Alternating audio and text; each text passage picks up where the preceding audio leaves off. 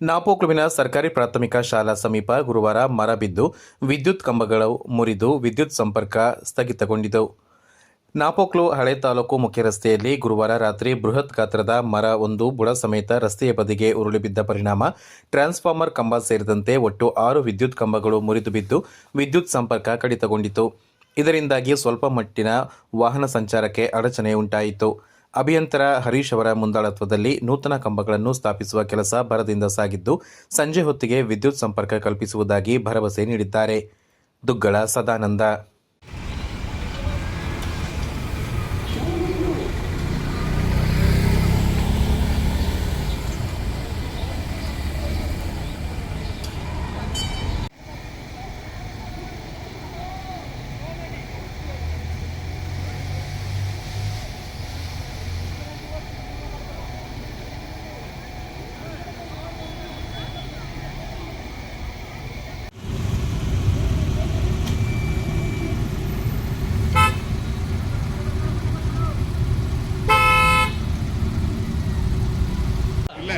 ಒಬ್ಬನೇ ಸಕ್ಸಸ್ ಆಯ್ತು ಓಪನ್ ನಮ್ಮ